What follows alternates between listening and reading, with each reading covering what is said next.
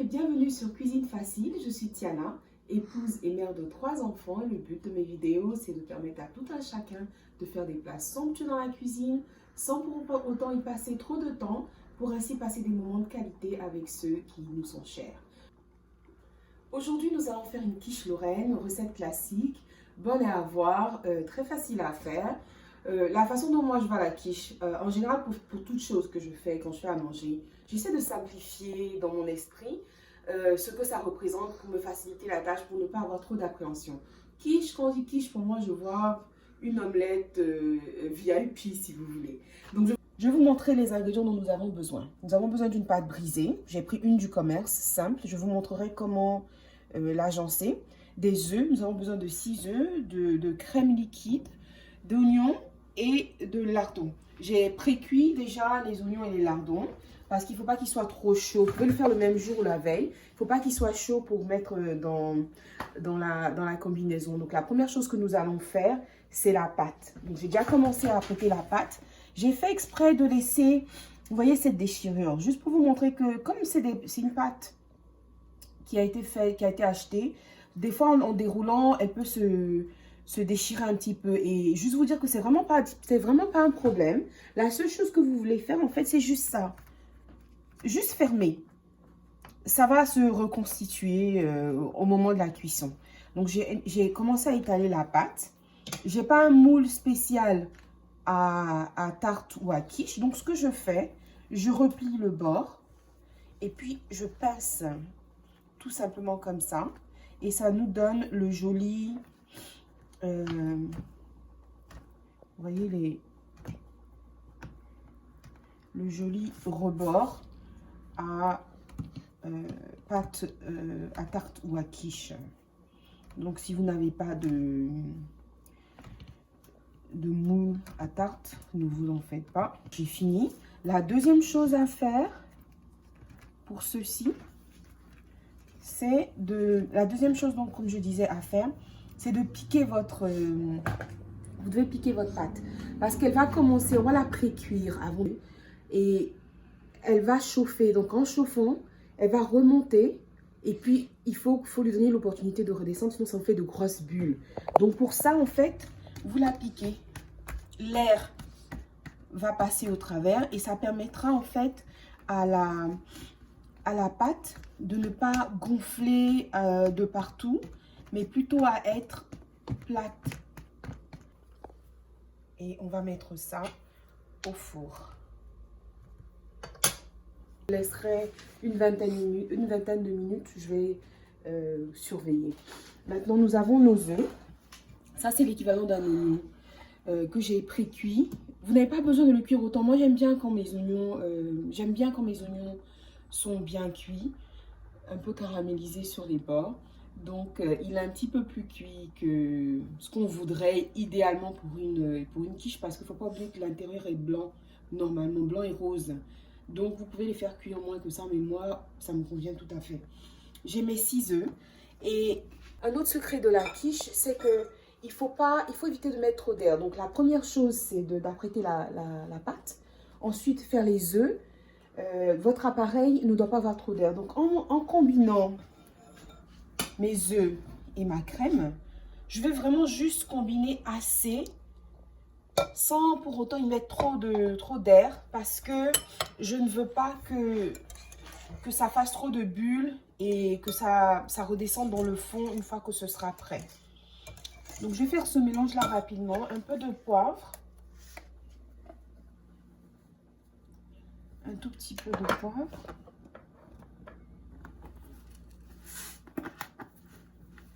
Et un petit peu de sel.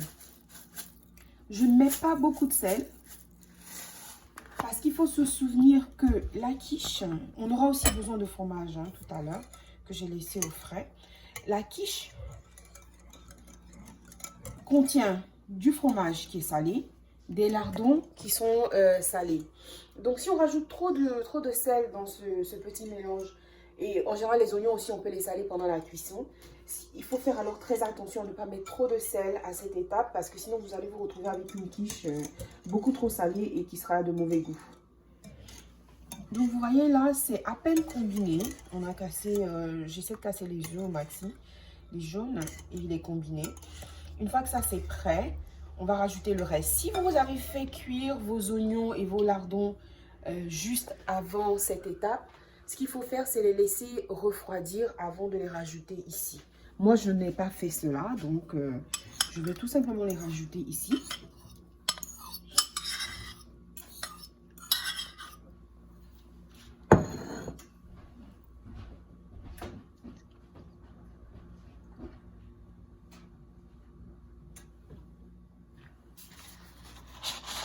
Je rajoute mes lardons, je ne vais pas utiliser le tout. Hein. Voilà. Et puis je combine à nouveau, j'en rajouterai après le fromage. Je vais rajouter le fromage. C'est du, normalement ce que vous devez utiliser, c'est du gruyère. Hein. Donc voilà, un petit peu plus. Je vous donnerai les mesures exactes. Et puis vous mélangez. Donc là, cet appareil est prêt. Et la seule chose qu'il nous reste à faire, voilà, ce sera de renverser ça dans notre moule. Là, nous avons fait sortir la pâte. C'est légèrement un petit peu trop cuit, mais c'est pas méchant parce qu'on va remettre au four à feu très doux. Et comme il y aura le mélange des œufs et tout, ça va pas poser de problème. Ça va pas poser de problème en ce qui concerne la cuisson. Ce que je suis en train de faire, c'est pour créer encore une autre barrière pour ne pas que la pâte soit trop mouillée à cause des œufs, du mélange des œufs. On a laissé refroidir un peu légèrement hein, le moule, la pâte, c'est pour ça que j'arrive à toucher. Je rajoute le blanc d'œuf. Le blanc d'œuf crée une barrière entre la pâte, qui est déjà pratiquement cuite, qui est déjà cuite même, et le mélange des œufs, là, pareil. Ok? Donc voilà. Si vous n'avez pas de pinceau, c'est pas grave. Vous utilisez autre chose. Donc on a fini pour la recette classique. Moi, comme j'aime le piment, je vais rajouter un tout petit peu de piment, mais vraiment rien de méchant. C'est juste pour donner un petit punch au goût final. Et puis pour vraiment le personnifier, c'est une quiche Lorraine, mais c'est plus une quiche Tiana, quoi. Voilà. Et pour ne pas créer trop de bulles, je vais juste légèrement remuer comme ça à la fourchette. Transvaser dans la pâte à tarte. Avant de faire ça, je vais mettre un petit peu de fromage aussi en bas. Parce que le fromage crée encore une autre barrière. Juste un petit peu, mais ça c'est vraiment facultatif. Vous n'avez pas vraiment besoin de le faire.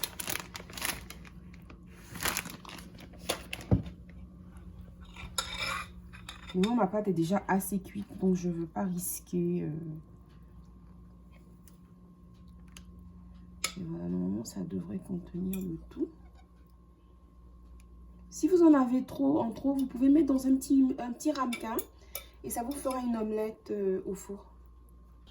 Voilà, et ça, on va mettre au four. J'ai réduit la température du four à 325 degrés. Ça fait maintenant 40 minutes que la quiche a passé au four. Je l'ai fait sortir. Mais comme elle est chaude, on ne peut pas la découper tout de suite, sinon ça va se casser.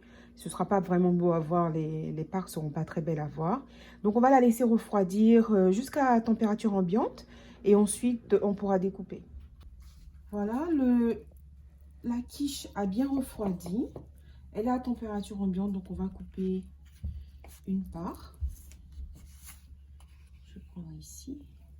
Et en fait, c'est à ce niveau-là que le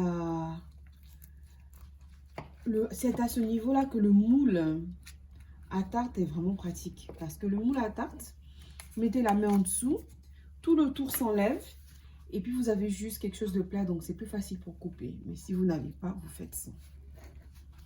Je vais m'assurer que c'est bien.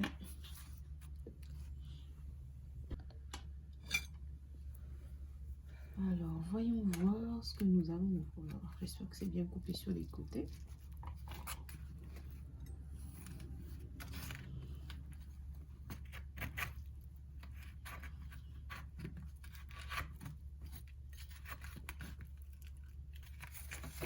C'est un petit challenge. Oups. Voilà.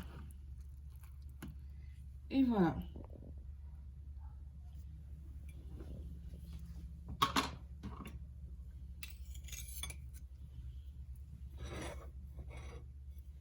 Donc, comme vous voyez, il n'y a pas trop de bulles à l'intérieur. C'est plus foncé que d'habitude parce que j'ai laissé cuire un petit peu plus mes oignons. Mais votre quiche, elle est prête à être consommée. Si vous avez aimé cette vidéo, merci de liker, de partager, de nous faire des suggestions, des commentaires. Si vous voulez voir d'autres recettes, faites-nous signe. Et merci encore à vous et à très bientôt pour un autre épisode de Cuisine Facile.